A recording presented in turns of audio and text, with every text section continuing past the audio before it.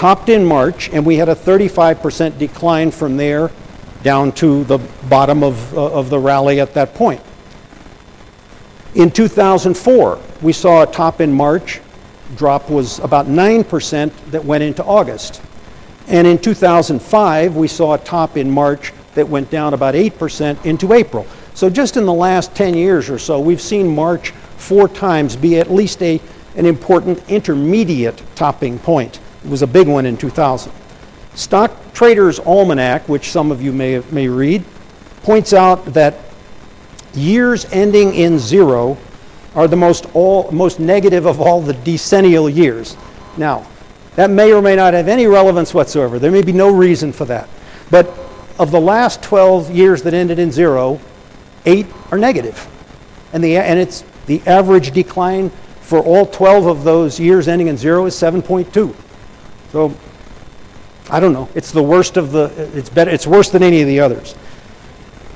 Merrill Lynch technical analyst Marianne Bartels points out that since 1930, mid-year election years have, on average, seen a better than 20% decline in the middle of those midterm election years. So every fourth year on average since 1930, that's a mid-year election, has at least one big decline on average that averages about 20%.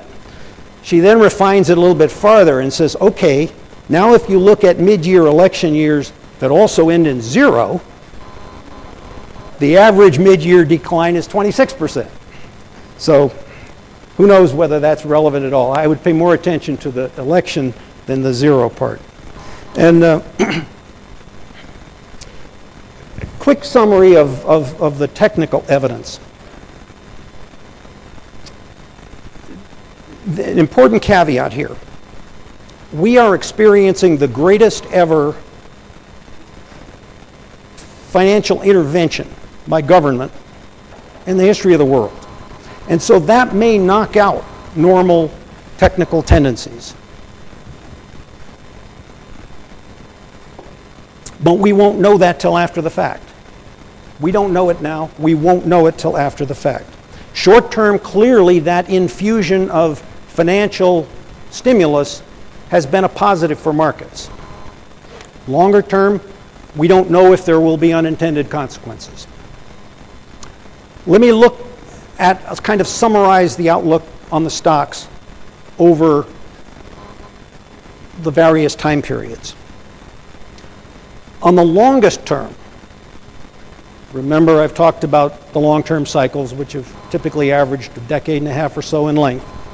If this were an average long week cycle, it would have another 4 years to run. Doesn't have to. I look upon long week cycles as analogous to outgoing tides. There's a force that's working against you. It doesn't mean that you can't swim against that tide. Markets do. I mean, you can look at we've had a couple of tremendous rallies in this decade, even though it's been a negative decade. All past week cycles, as I indicated earlier, have ended with investors feeling real depression. They didn't want to own stocks. We never got to that point. We got to a brief reading of short-term negative, but it was gone in a month once the market started to rally. We've never had a long week cycle end that way. Could this one have ended that way last March? Possibly. Sure, possibly. But that's not what the technical picture would argue. The technical picture would argue on the long-term basis, we're still in a long week cycle which could go for several more years. Well, now how about the relatively long-term? Let's say a year or more. Look back on that earlier supply-demand data that we pointed out. The supply and demand statistics have looked terrific. And they have not gotten much worse. They've been trading in a range recently, but they're still net quite positive. If you read the statistics that Lowry's, which has been doing this since 1933, points out, we've never had a major market top with supply and demand statistics as strong as they are now. The logic would be that whatever might occur in the shorter term, that the ultimate top to this rally that started a year ago is probably going to be higher than it is today. That would be in conformity with the majority of the technical patterns. Elliott Wave's Robert Prechter goes exactly the opposite way. He sees a major top imminent and markets are going to fall off the end of the earth. But Lowry's has been around longer than Prechter. And they are studying supply and demand data, and they are the majority view right now. Logically, this rally would have more to go. Take it down to an intermediate level, which is like a multi-month level. We're long overdue for a pullback of substance, 20% or more. It's logical that that would occur.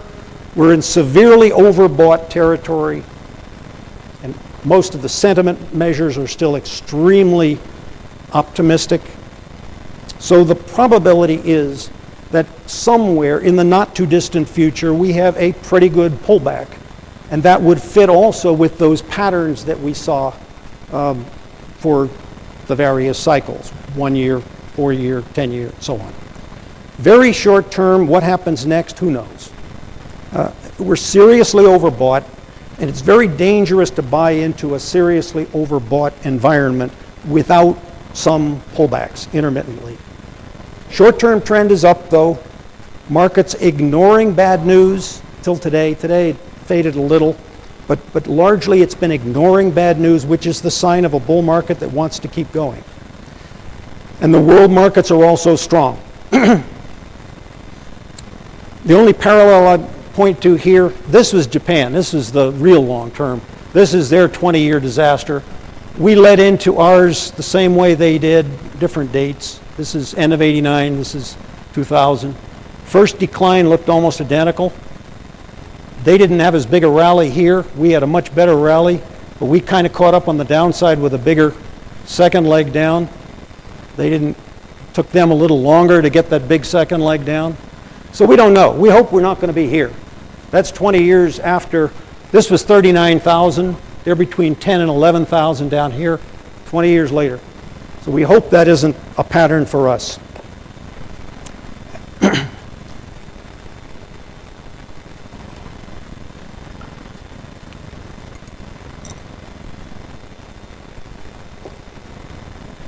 As I mentioned to you, I did not expect we would cover anywhere near all of this, and we won't.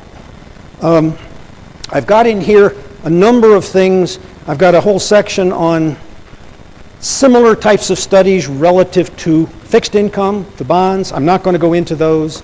I will, back on page 42, can you get that far, Carrie?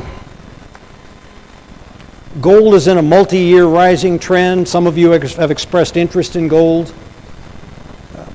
Gold got hit today. A lot of commodity-related things got hit today. Gold was down about $19 today, closing at about 1085 or so, 1085.70. And clearly gold is in a strong price uptrend. It has been for years, since the bottom back in 1999 at about 250 or so. So here we are up over 1,000.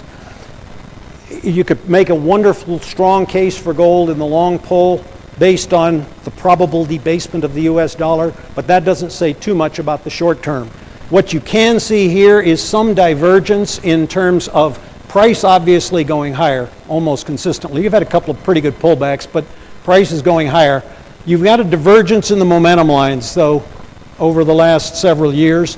So that at least puts at least a question mark into the picture over the intermediate term, let's say.